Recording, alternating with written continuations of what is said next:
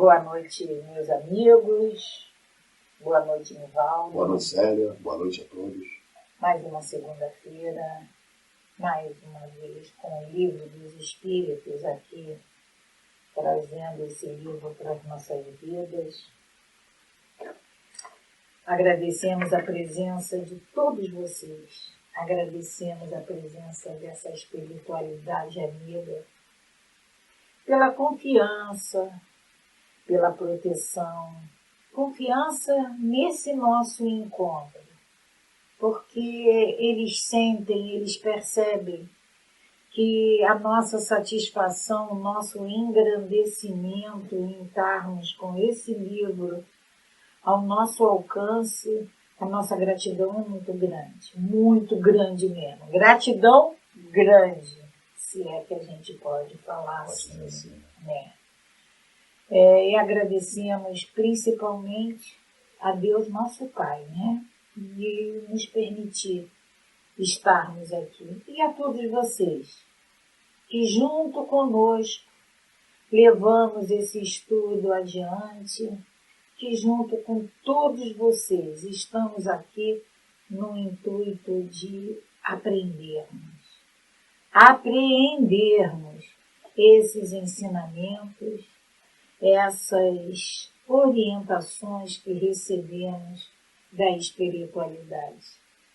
Então, mais uma vez, eternamente agradecidos a Deus, nosso Pai, agradecidos ao Mestre Jesus e a esses amigos espirituais por essa oportunidade, por termos essa vontade de nos aperfeiçoarmos em relação aos ensinamentos que devemos incorporar no nosso ser.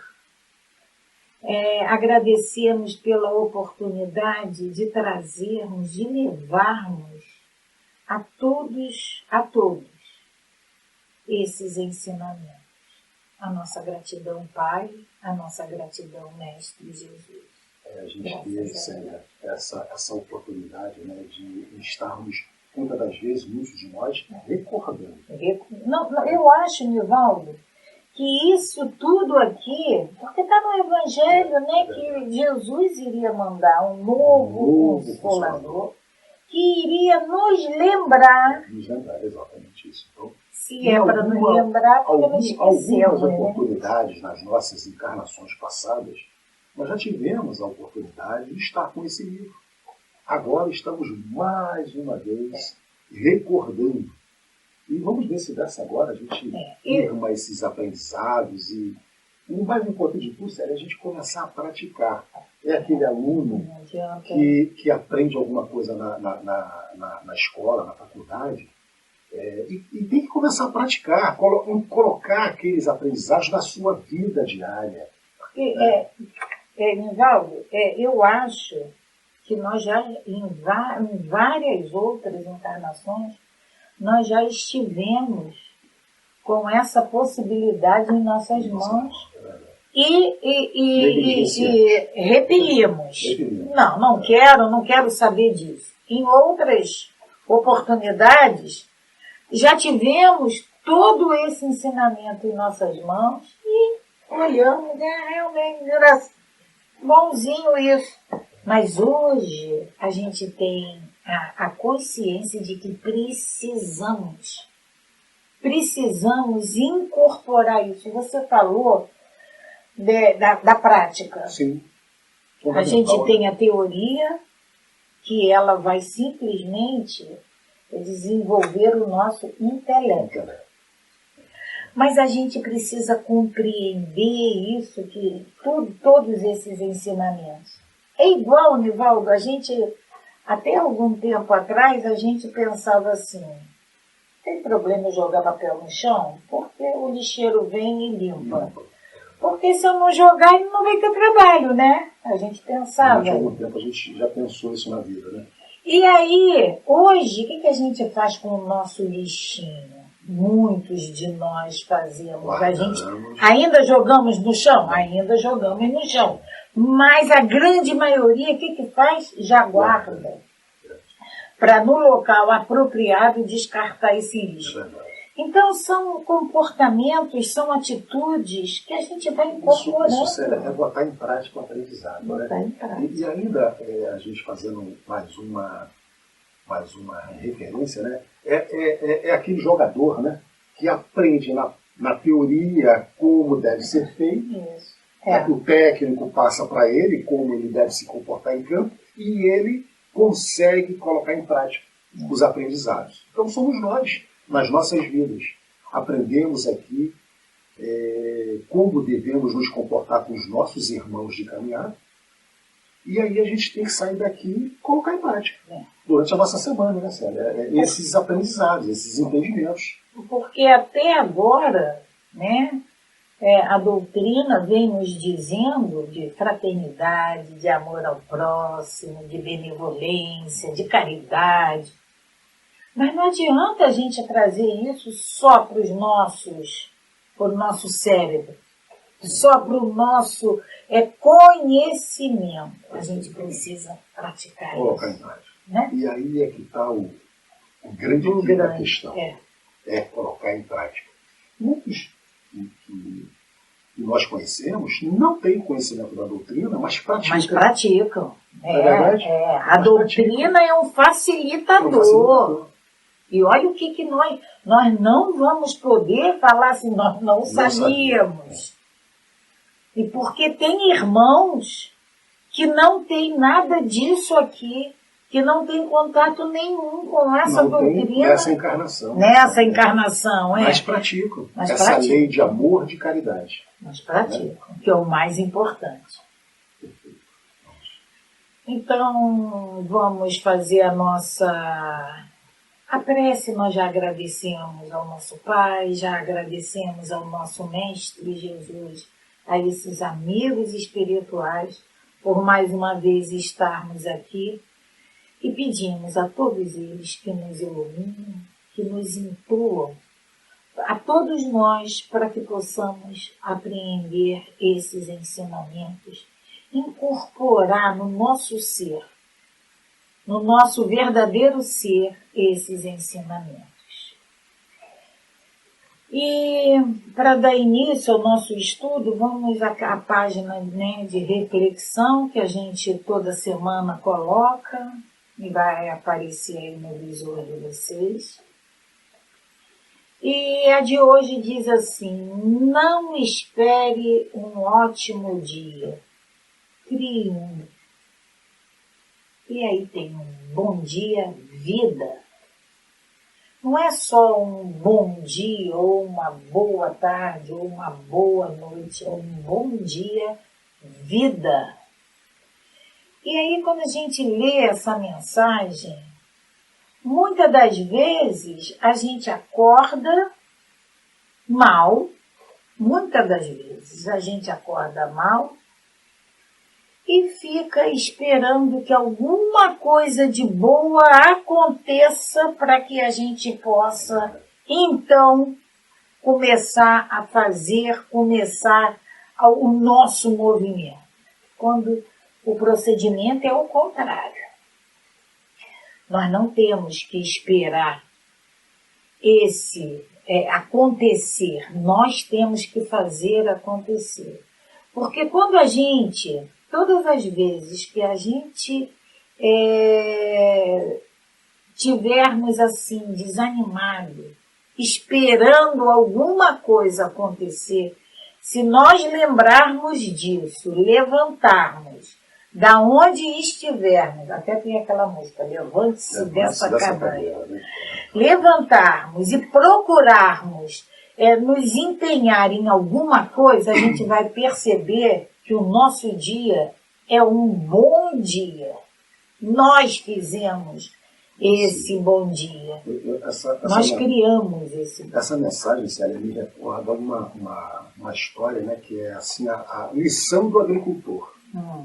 O agricultor, ele não controla a chuva. Não controla a chuva. Mas ele pode controlar a terra, o arar e a sementeira. Então, ele tem que fazer a parte dele. Ele tem que levantar cedo, arar a terra, plantar e aguardar a chuva. Então, ele tem que fazer a parte dele. Não pode ficar esperando, só vou fazer isso se chover. Porque depois que ele preparar toda a parte dele, se chover, ele vai ter o resultado que ele deseja. Se não chover, pelo menos ele fez a parte dele. Então, é exatamente isso. Nós não temos que esperar um dia ótimo. Nós temos que fazer a nossa parte. Sempre fazer a nossa parte. E acima de tudo, Nivaldo, esse finalzinho, bom dia, vida, nós precisamos, nós temos obrigação de agradecer sempre essa criação, com amor e para o amor em que fomos criados. Aquele desenhozinho que tinha quando a gente, pelo menos quando eu era criança, né? Já tem tempo, claro, em que aquela hiena falava assim, ó dia, ó azar. Isso aí tem que ser abolido da nossa vida. Não é ó dia, é lindo dia, é linda vida. Não tem azar, nós criamos o azar, não tem azar. Então fica essa reflexão para a nossa semana. Perfeito. Célia, vamos então dar continuidade. Nós paramos na semana passada, estamos ainda no capítulo 9, Intervenção dos Espíritos no Mundo Corporal. Estamos no último tópico, né? E vamos falar hoje sobre, começamos semana passada, vamos retomar, né? Bênçãos e maldições. Vamos ler ali novamente a pergunta e a resposta, para que a gente possa concluir algumas considerações que ficaram a entender de saída. Então, nessa questão, Kardec pergunta: a bênção e a maldição podem atrair o bem e o mal para aqueles que delas são objeto? Então, a gente abençoa ou amaldiçoa alguém. Isso vai chegar nesse Nós vamos alguém? Abençoar, nós vamos atrair coisas boas ou vamos amaldiçoar, vamos atrair coisas ruins? Os Espíritos nos respondem: Deus não escuta uma maldição injusta. E aquele que a pronuncia é culpado aos seus olhos. Como temos os dois gênios opostos, o bem e o mal, pode haver uma influência momentânea, mesmo sobre a matéria. Essa influência, porém, só acontece pela vontade de Deus e como acréscimo de prova para aquele que dela é objeto. Aliás, geralmente, os maus são amaldiçoados e os bons abençoados. A bênção e a maldição nunca podem desviar a providência do caminho da justiça. Ela só atinge o maldito se ele for mau, e sua proteção só envolve aquele que a merecer. Enquanto você lia, a bênção e maldição. A bênção, quando a gente abençoa com o coração, né? Quando é o nosso coração quem fala, quando há sinceridade, quando há vontade daquela bênção, com certeza ela chega. A bênção chega com certeza. A maldição pode chegar ou não. Se chegar é porque Deus permitiu. Dependendo do merecimento. Pois é. Se eu não merecer essa bênção, se meu comportamento, se as minhas atitudes, se o meu pensar, se o meu sentir fizerem com que eu não mereça essa maldição, ela jamais vai chegar. Justiça e injustiça, né, Célia? Os Espíritos começam nos dizendo que Deus não escuta uma maldição injusta. Ou seja, para aquele que não merece essa maldição, ele não vai receber. Ele não merece, ele está blindado, ele está protegido. E a espiritualidade ainda nos diz, a providência, ela não permite, ela só permite que a maldição chegue àquele que é mau. E protege aquele que não merece essa maldição. Então, a gente vai parar, vai voltar os nossos encontros anteriores, a influência que os espíritos exercem sobre nós. E essa influência é determinada pela afinidade. Sintonia. Eles nos influenciam. Sim. E a gente ouve essa influência porque queremos. Só depende de nós. Deus não vai permitir. Ele é justo. Então, é uma maldição que venha a qualquer um de nós e que não sejamos merecedores, ela não nos alcança. Então, e se alcança, como eles dizem aqui, elas pode exercer momentaneamente, mas logo ela se dissipa. Na semana passada nós levantamos aquela questão, né, que é muito comum, as pessoas disseram, olha, o fulano fez macumba. Fez macumba. Macumba pega. E a resposta está aqui. A macumba vai pegar se você for merecedor, se a sua sintonia estiver na mesma daquela que foi mandado, enviado para você. Se a sua sintonia estiver diferente, elevada, você cria uma camada, uma blindagem, e Deus não vai permitir que você receba essa macumba ou essa maldição. Aí a gente pode também, né, Nivaldo, se perguntar, mas por que Deus permite? Por que essa permissão? Nós já tivemos essa resposta aqui. Né? E aí a gente vai lembrar que Deus utiliza do mal, porque merecemos, porque necessitamos, para que alcancemos o outras vezes para nos testar. Outras vezes para nos testar, são provas que precisamos passar. Outras vezes por expiações, porque aquilo é necessário, porque nós precisamos resgatar algumas coisas. Então tudo tem a bênção, como eles no final dizem aqui, Célia, eles finalizam dizendo, a bênção e a maldição nunca podem desviar a providência do caminho da justiça. Aquele que for merecedor da bênção vai receber. Ela só atinge o maldito se ele for mal. Sintonia. E sua proteção só envolve aquele que merece, que for merecedor. Essa blindagem só vai receber aquele que também for merecedor, que estiver vibrando em uma sintonia mais elevada. Fora disso, estará sujeito a também receber. Em função dessa resposta que a espiritualidade nos dá, a gente tem que ter em mente sempre que o comando é um só, que o comando é de Deus, nosso Pai, e tudo Ele sabe. E se está acontecendo com qualquer um de nós, esse momento turbulento é porque Ele permite e nós necessitamos. Porque a justiça existe. O descontrole não existe nunca.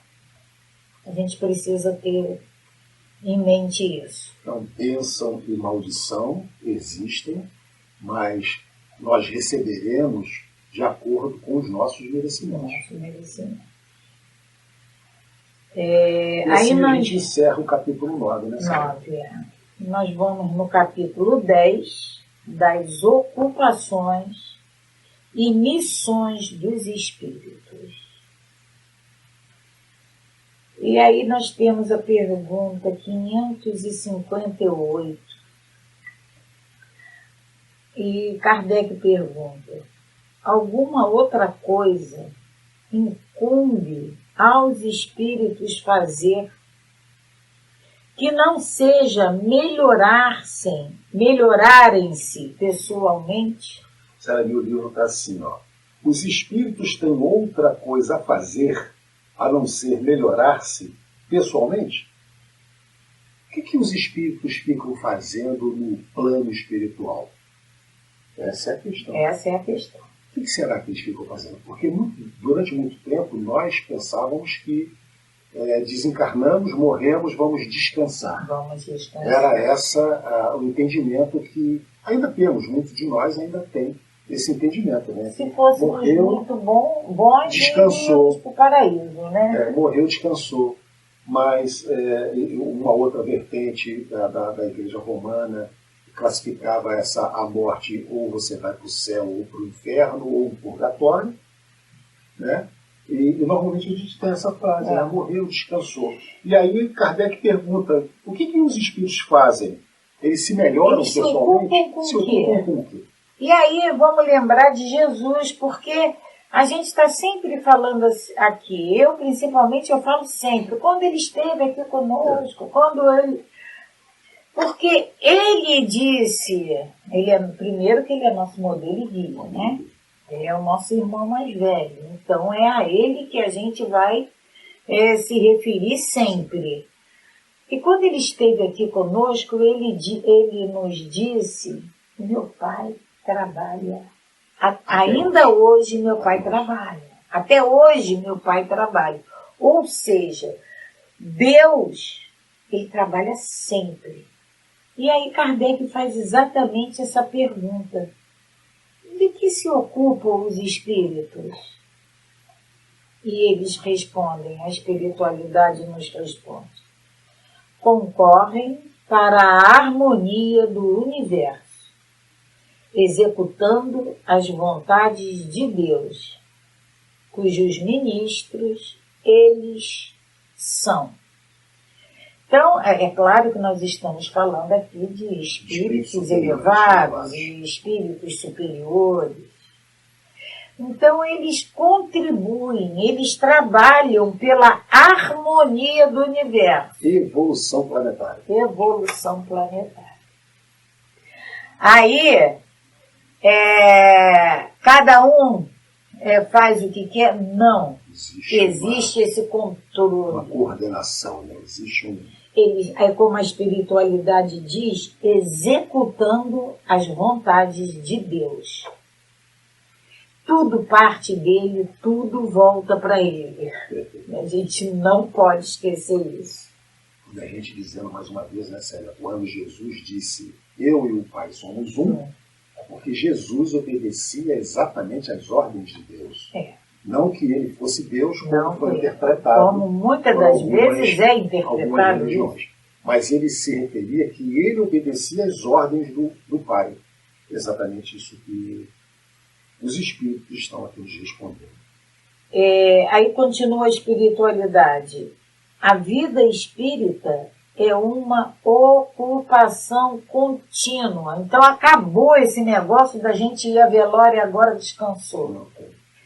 A vida espírita é uma ocupação contínua. Não descansamos no plano espiritual.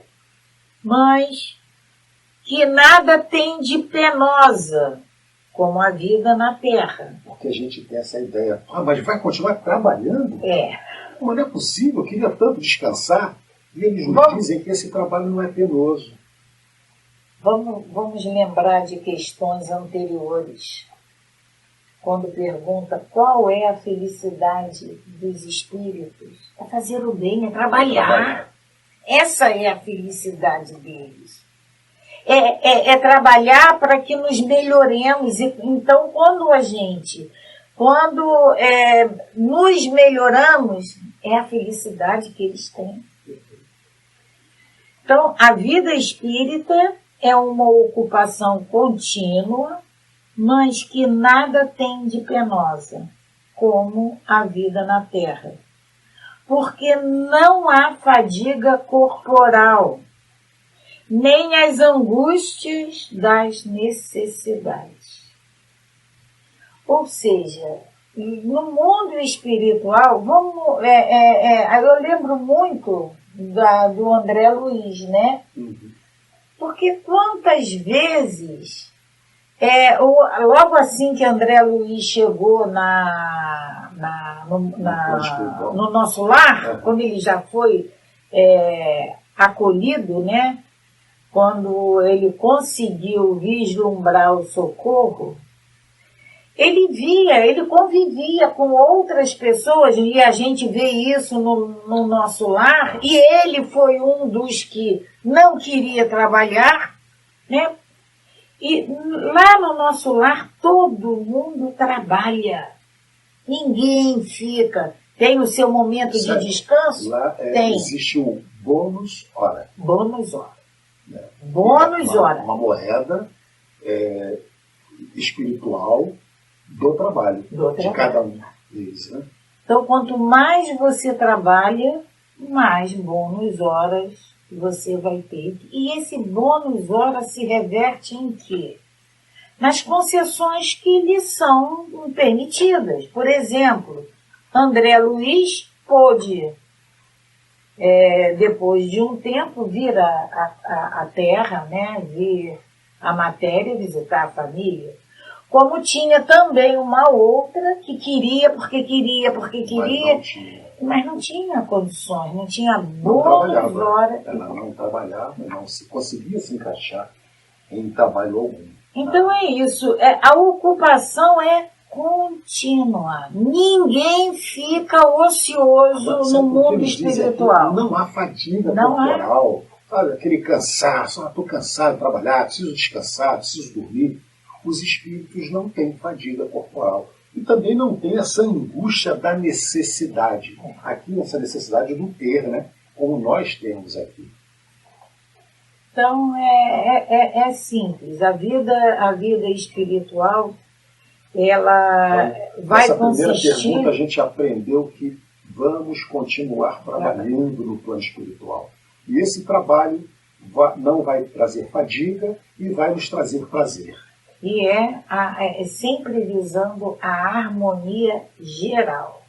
Na questão 559, Kardec pergunta: os espíritos inferiores e imperfeitos também desempenham um papel útil no universo? Os espíritos inferiores e imperfeitos também trabalham?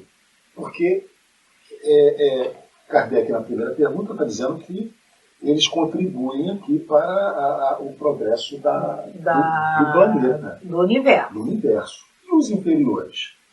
E aí eles respondem para nós: todos têm deveres a cumprir. Todos têm deveres a cumprir. Será que o último pedreiro não concorre para construir o edifício tanto quanto o arquiteto? E aí ele manda que a gente volte à questão 540. Na questão 540, só para a gente recordar, vocês devem lembrar, a pergunta é a seguinte: os espíritos que exercem uma ação sobre os fenômenos da natureza agem com conhecimento de causa em virtude do seu livre-arbítrio ou por um impulso instintivo e irrefletido? Na resposta que é longa, o que importa para nós aqui é que eles nos dizem que todos trabalham, e muitas das vezes sem ter o conhecimento de que estão trabalhando, mas trabalham. Eu separei só um trecho aqui, Célia, e eles dizem assim, ó: do mesmo modo, os espíritos mais atrasados são úteis ao conjunto, enquanto se ensaiam para a vida e antes de terem plena consciência de seus atos e de seu livre-arbítrio, atuam em certos fenômenos de que são os agentes inconscientes. Primeiramente, executam. Mais tarde, quando a sua inteligência estiver mais desenvolvida, comandarão e dirigirão as coisas do mundo material. Mais tarde ainda, poderão dirigir as coisas do mundo moral. Então, o importante aqui, Célia, é que esses espíritos que, como Kardec pergunta, inferiores ou imperfeitos, muitas das vezes, ou quase sempre, eles trabalham inconscientemente, mas trabalham. Todos trabalhamos. Todos têm deveres a cumprir. Muitos, até inconscientemente, estão fazendo, estão trabalhando em prol sem saber. Muitas das vezes até sem saber. Então, isso abre, Célia, assim, a nossa mente, né, com relação ao mundo espiritual. Nós que já vivemos de outras matizes, né, do espiritismo, Umbanda e tudo mais, todos ali estão trabalhando. Todos. Então, tira nossas dúvidas com relação a esses questionamentos, que muitas das vezes a gente ficava sem respostas. Né? E aí, Kardec, a espiritualidade, desculpa, eles usam um exemplo do, como é o nome que ele dá? O servente de pedreiro. Não é o pedreiro. Pedreiro é o auxiliar. E aí tem o arquiteto. Mas só o arquiteto levanta um prédio? Não. Só o pedreiro levanta esse prédio? É preciso que haja esse conjunto, né? Envolvidos naquele trabalho. O mais simples operário, ele tem a parte dele a cumprir. E assim é no mundo espiritual. Todos têm deveres a cumprir. Perfeitamente, sério. Muito boa. Aí é 560. Tem atribuições especiais cada espírito?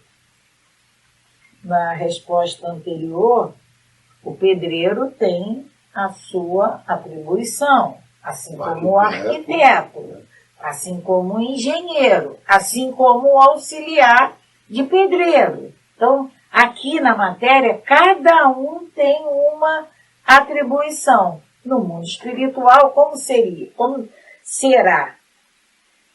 E a espiritualidade nos responde: todos temos que habitar em toda parte e adquirir o conhecimento de todas as coisas, presidindo sucessivamente ao que se efetua em todos os pontos do universo.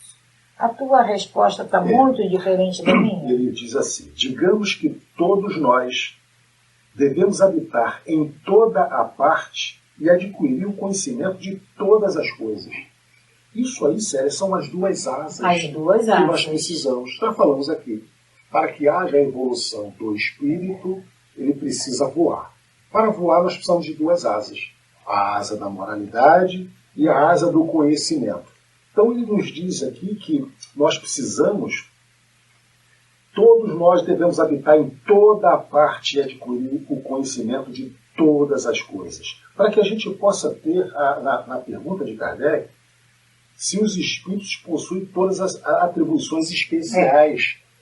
Para adquirir essas atribuições, nós temos que percorrer esse caminho. Aprender. Não tem como. E continua a espiritualidade, presidindo sucessivamente ao que se efetua em todos os pontos do universo. Como diz o Eclesiastes, há tempo para tudo. Assim, tal espírito cumpre hoje neste mundo o seu destino, como outro cumprirá ou já cumpriu o seu, em época diversa, na terra, na água ou no ar, e etc. Ele fala aqui para nós dessa evolução. Aí aí fala assim, mas como na terra já foi um peixe? Na água já foi um peixe?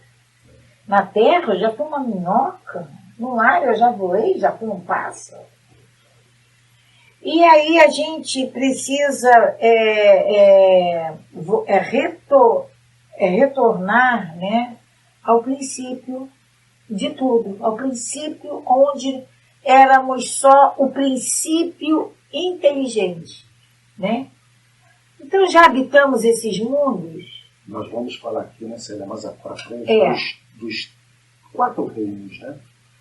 Já habitamos esses reinos? Já habitamos. Eu, como Célia, não. Como espírito, princípio inteligente. O reino mineral, o reino vegetal, o animal, o ordinal. Então nós vamos mais para frente falar desses reinos, dessa evolução que os espíritos nos falam aqui. Então, e essa evolução, Célia, depende exatamente do acúmulo do conhecimento. Sim. Por isso é que a gente precisa reencarnar várias vezes, porque é impossível numa encarnação a gente adquirir todo esse conhecimento de todas as áreas. Todas as áreas. Então nós precisamos nascer novamente, aprender. Numa nós vamos aprender uma atividade, na outra, e assim sucessivamente. É como a espiritualidade nos diz no final dessa resposta. Assim, tal espírito cumpre hoje neste mundo o seu destino. Tal outro cumprirá ou já cumpriu o seu em época diversa. Então, nós estamos aqui, cada um de nós, cumprindo o que nos cabe, adquirindo o que necessitamos, o que precisamos, para formar essas duas asas que nos possibilitar esse voo. Só uma observação, Célia, você leu aí que os Espíritos nos dizem, né? Como é dito no Eclesiastes. Eclesiastes é um livro do Velho Testamento. Um dos livros do Velho Testamento. É um livro profético, ou sapienciais. Isso. Então, lá no Eclesiastes diz que há tempo para tudo. E aí a gente não precisa ficar preocupado em acelerar. Talvez, né, Célia, lá na época, lá quando foi dito em Eclesiastes essa frase, né, há tempo para tudo, não se tinha a verdadeira noção do que isso representava. Esse tempo para tudo seria exatamente esse tempo que nós temos, as nossas reencarnações, para que a gente possa evoluir. E aí nós vamos para 561. Isso. As funções que os espíritos desempenham. As funções que os espíritos desempenham na ordem das coisas são permanentes para cada um e estão nas atribuições exclusivas de algum, ou estão nas atribuições exclusivas de algumas classes. As funções que os espíritos desempenham na ordem das coisas são permanentes para cada um e estão nas atribuições exclusivas de algumas classes. Essa questão aqui, Célia, como ele fala das classes de ordem, nós vamos pedir para que a gente que seja colocado novamente aquela tabela que fala da ordem e das classes. A tabela está naquela questão número 100. Que fala na tabela espírita, né? Para que a gente possa, então, entender. Então, relendo novamente a pergunta, né, Célia? As funções que os espíritos desempenham na ordem das coisas são permanentes para cada um e estão nas atribuições exclusivas de algumas classes? E eles nos respondem: todos devem percorrer os diferentes graus da escala. Porque nós nascemos simples e ignorantes. Então nós vamos evoluir. É o nosso aprendizado e a nossa evolução na moralidade que vai fazer com que a gente evolua. Então todos devem percorrer os diferentes graus da escala para se aperfeiçoarem. Deus, que é justo, não poderia ter querido dar a uns a ciência sem trabalho, enquanto outros só adquirem penosamente. Então, todos nós vamos ter que buscar esse conhecimento. Vamos ter que lutar, suar a camisa para nos aperfeiçoarmos. E aí a gente, voltando na 560, a espiritualidade nos diz que o espírito cumpre hoje as atribuições que ele precisa, assim como um outro já cumpriu ou vai cumprir. Ou seja, todos nós, encarnados e desencarnados, estamos envolvidos nesse aperfeiçoamento. Essa questão, né, Célia, muitas das vezes a gente se questiona, poxa, mas eu luto tanto para conseguir, e o fulano mal olhou, ele já sabe como faz. Se ele já sabe como faz, é porque ele já adquiriu esse conhecimento em vidas passadas. E nós, nessa, estamos tendo o primeiro contato com essa matéria e estamos ainda engatinhando. Mas vamos adquirir. Vamos adquirir. Kardec faz aqui, Célia, traz uma nota, né?